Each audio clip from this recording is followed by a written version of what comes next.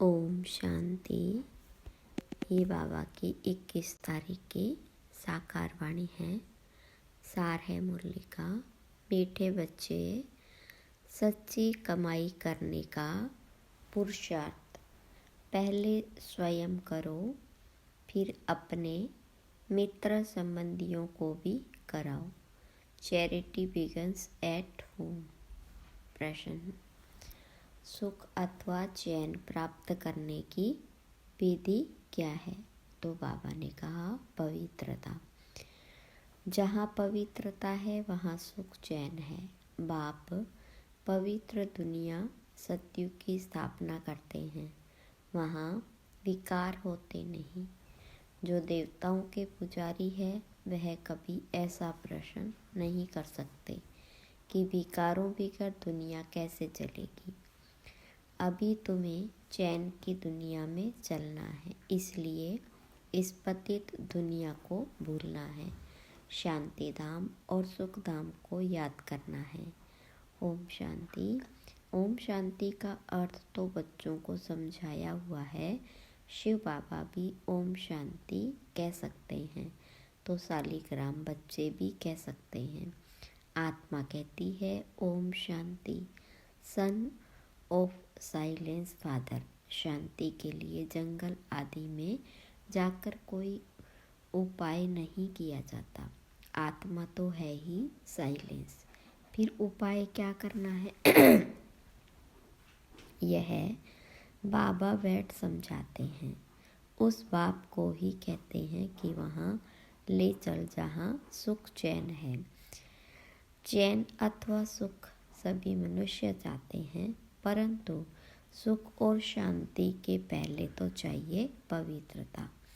पवित्र को पावन, अपवित्र को पतित कहा जाता है। पतित दुनिया वाले पुकारते रहते हैं कि आकर हमको पावन दुनिया में ले चलो। वह है ही पतित दुनिया से लिबरेट कर पावन दुनिया में ले चलने वाला। सतयुग में है पवित्रता, कलयुग में है अपवित्रता। वह है वाइसलेस वर्ल्ड, यह विशेष वर्ल्ड। यह तो बच्चे जानते हैं। दुनिया वृद्धि को पाती रहती है। सतयुग वाइसलेस वर्ल्ड है, तो जरूर मनुष्य थोड़े होंगे। वह थोड़े कौन होंगे? बरोबर सतयुग में देवी देवताओं का ही राज्य है। उसको ही चैन की दुनिया अथवा सुखधाम कहा जाता है। यह है दुखधाम। दुखधाम को बदल सुखधाम बनाने वाला एक ही परमपिता परमात्मा है। सुख का वर्षा जरूर बाबा ही देंगे। अब वह बाबा कहते दुखधाम को भूलो, शांति धाम और सुखधाम को याद करो। इसको ही मन मनाभव कहा जाता है। बाबा आकर बच्चों को सुख धाम का साक्षात्कार कराते हैं। दुख धाम का विनाश कराए शांति धाम में ले जाते।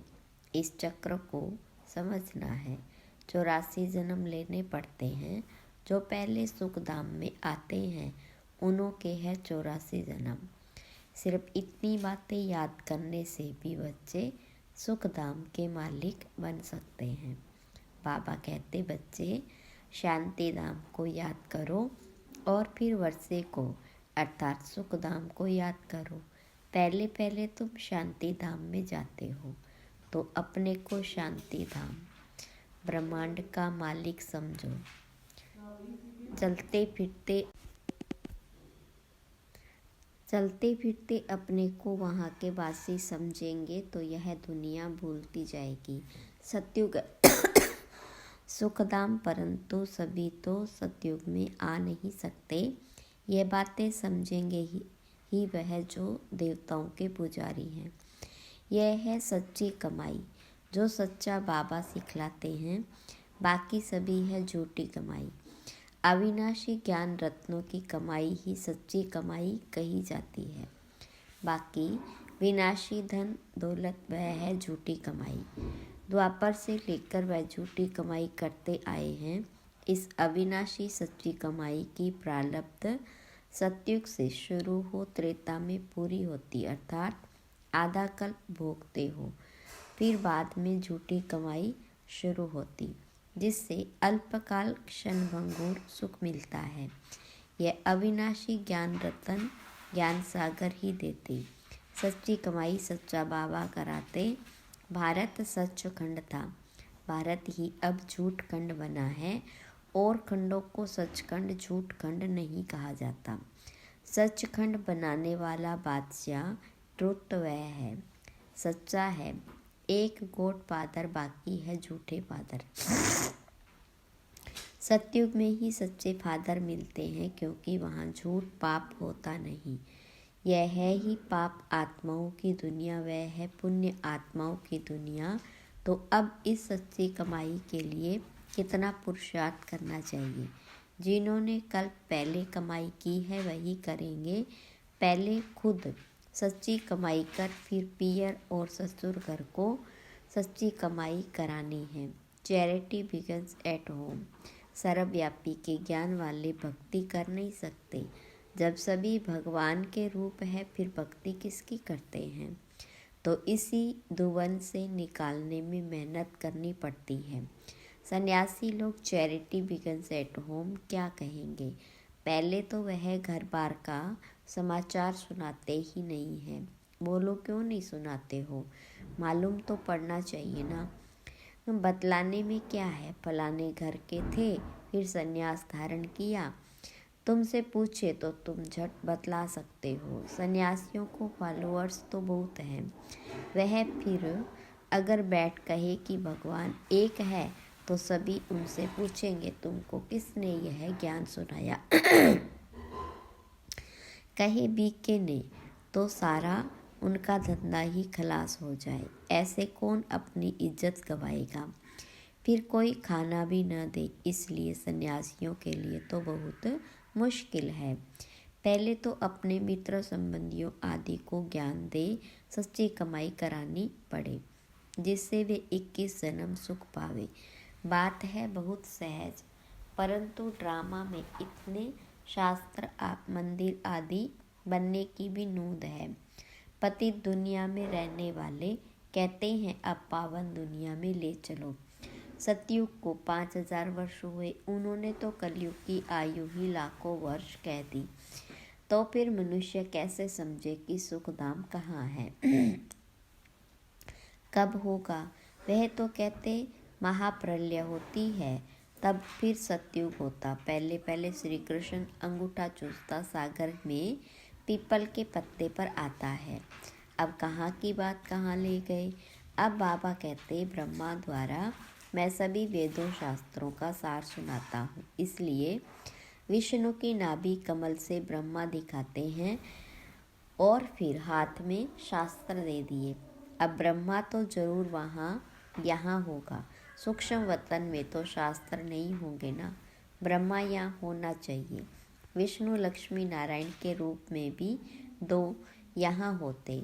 ब्रह्मा ही सो विष्णु बनता, फिर विष्णु सो ब्रह्मा बनता। अब ब्रह्मा से विष्णु निकलता व विष्णु से ब्रह्मा निकलता, यह सब समझने की बातें हैं। परंतु इन बातों को समझेंगे वह जो अच्छी रीति पढ़ेंगे। बाबा कहते जब तक तुम्हारा शरीर छूटे तब तक समझते ही रहेंगे। तुम बिल्कुल ही 100% बेसमझ कंगाल बन पड़े हो। तुम ही समझदार देवी देवता थे, अब फिर से तुम देवी देवता बन रहे हो। मनुष्य तो बना न सके। तुम सो देवता थे, फिर 84 जन्म लेते लेते एकदम कलाहीन हो गए हो। तुम सुख धाम में बहुत चैन में थे, अब बेचैन हो। तुम 84 जन्मों का हिसाब बता सकते हो। इस्लामी, बौद्धी, सिख, ईसाई, मठ, पंथ सब कितना जन्म लेंगे, यह हिसाब निकालना तो सहज है। स्वर्ग के मालिक तो भारतवासी ही बनेंगे, सैम्पलिंग लगती ही है ना। यह है समझानी। खुद समझ जाए तो फिर पहले पहले अपने माता पिता बहन भाइयों को ज्ञान देना ही स्वर्ग। गृहस्थ व्यवहार में रहने, कमल फूल समान रहना है। फिर चैरिटी बिगन्स एट होम। पियर घर ससुर घर को नॉलेज सुनानी पड़े। धंधे में भी पहले अपने भाइयों को ही भागीदार बनाते हैं। यहाँ भी ऐसे हैं। गायन भी है, कन्या वह जो पियर और ससुर घर का उद्धार करे। पवित्र उद्धार कर नहीं सकते, तब कौन सी कन्या? यह ब्रह्मा की कन्या ब्रह्मा कुमारी है ना। यह अदर कन्या कुमारी कन्या का मंदिर भी बना हुआ है ना। यहाँ तुम्हारे यादगार बने हुए हैं। हम फिर से आए हैं भारत को स्वर्ग बनाने के लिए। यह दिलवाड़ा मंदिर बिल्कुल एक्यूरेट है। ऊपर में स्वर्ग दिखाया, स्वर्ग है तो यहाँ ही राजयोग की तपस्या भी यहाँ ही होती। जिनों का मंदिर है उन्हों को यह जानना तो चाहिए ना। अब अंदर जगत पिता, जगत अम्बा, आदि देव आदि देवी बैठे हैं। अच्छा, आदि देव किसका बच्चा है? शिव बाबा का। अदर कुमारी कन्या सब राजयोग में बैठे हैं। बाबा कहते मन मना भव, तो तुम वैकुंठ के मालिक बनोगे। मुक्ति जीवन मुक्ति धाम को याद करो, तुम्हारा यह संन्यास है। जैनी लोगों का संन्यास कितना डिफ़िकल्ट है। बाल आदि निकालने की कितनी कड़ी रस्म है। यहाँ तो है ही सहज राजयोग। यह है भी प्रवृत्ति मार्ग का। यह ड्रामा में नूंद है। कोई जैन मुनि ने बैठ अपना नया धर्म स्थापन किया, परंतु उसको आदि सनातन देवी देवता धर्म तो नहीं कहेंगे ना। वह तो अब प्रायलोप है। कोई ने जैन धर्म चलाया और चल पड़ा, यह भी ड्रामा में है। आदि देव को पिता और जगत अम्बा को माता कहेंगे। यह तो सब जानते हैं कि आदि देव ब्रह्मा है। आदम बीबी एडम ईव भी कहते। क्रिश्चियन लोगों को थोड़ा ही पता है कि यह एडम ईव अब तपस्या कर रहे। मनुष्य सृष्टि के सिजरे के यह हेड है। यह राज भी बाबा बैठ समझाते। इतने मंदिर शिव के व लक्ष्मी नारायण के बने हैं तो उनकी बायोग्राफी जानना चाहिए ना। यह भी ज्ञान सागर बाबा ही बैठ समझाते। परमपिता परमात्मा को ही नॉलेजफुल, ज्ञान का सागर, आनंद का सागर कहा जाता। यह परमात्मा की महिमा कोई साधु संत आदि नहीं जानते। वह तो कह देते परमात्मा सर्वव्यापी है, फिर महिमा किसकी करें? परमात्मा को न जानने के कारण ही फिर अपने को शिवोहम कह देते। नहीं तो परमात्मा की महिमा कितनी बड़ी है। वह तो मनुष्य सृष्टि का बीज रूप है। मुसलमान लोग भी कहते हमको खुदा ने पैदा किया तो हम रचना ठहरे। रचना को वर्षा नहीं दे सकते। क्रिएशन को क्रिएटर से वर्षा मिलता है। इस बात को कोई भी नहीं समझते। वह बीज रूप सत्य है, चैतन्य है, सृष्टि के आदि मध्य अंत का उनको ज्ञान है। सिवाय बीज के आदि मध्य अंत का ज्ञान कोई मनुष्य मात्र में हो नहीं सकता। बीज चैतन्य है तो जरूर नॉलेज उनमें ही होगी। वही आकर तुमको सारे सृष्टि के आदि मध्य अंत की नॉलेज देते हैं। यह भी बोर्ड लगा देना चाहिए कि इस पाक को जानने से तुम सतयुग के चक्रवर्ती राजा अथवा राजा बन जाएंगे। कितनी सहज बात है। बाबा कहते जब तक जीना है मुझे याद करना है। मैं खुद तुमको यह वशीकरण मंत्र देता हूँ। अब तुमको याद करना है बाप को। याद से ही विकर्म विनाश होंगे। यह स्वदर्शन चक्र फिरता रहे तो माया का सिर कट जाएगा। हम तुम्हारी आत्मा को पवित्र बनाकर ले जाएंगे, फिर तुम सतो प्रधान शरीर लेंगे। यहाँ विकार होता नहीं। कहते विकार विकर सृष्टि कैसे चलेगी? बोलो।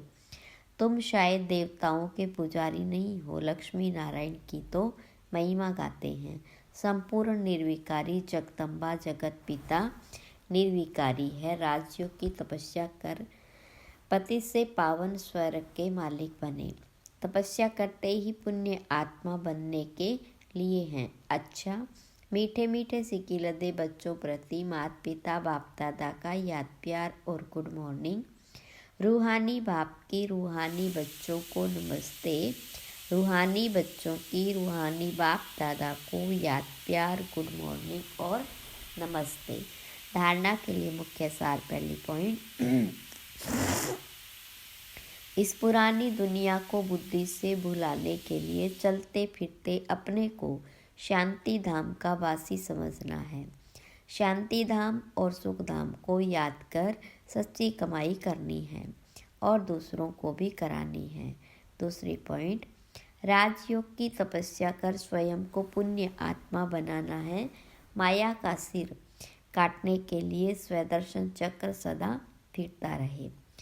वरदान, संपन्नता द्वारा सदा संतुष्टता का अनुभव करने वाले संपत्तिवान भव। विस्तार, स्वराज्य की संपत्ति है ज्ञान, गुण और शक्तियाँ। जो इन सर्व शक्तियों से संपन्न स्वराज्य अधिकारी है वह सदा संतुष्ट है। उनके पास अप्राप्ति का नाम निशान नहीं। हद के इच्छाओं की अविद्या, इसको कहा जाता संपत्तिवान। वे सदा दाता होंगे, मंगता नहीं। वे अखंड सुख शांतिमय स्वराज्य के अधिकारी होते। किसी भी प्रकार की परिस्थिति उनके अखंड शांति को खंडित नहीं कर सकती। स्लोगन, ज्ञान नेत्र से तीनों कालों और तीनों लोकों को जानने वाले मास्टर नॉलेजफुल। अच्छा, ओम शांति।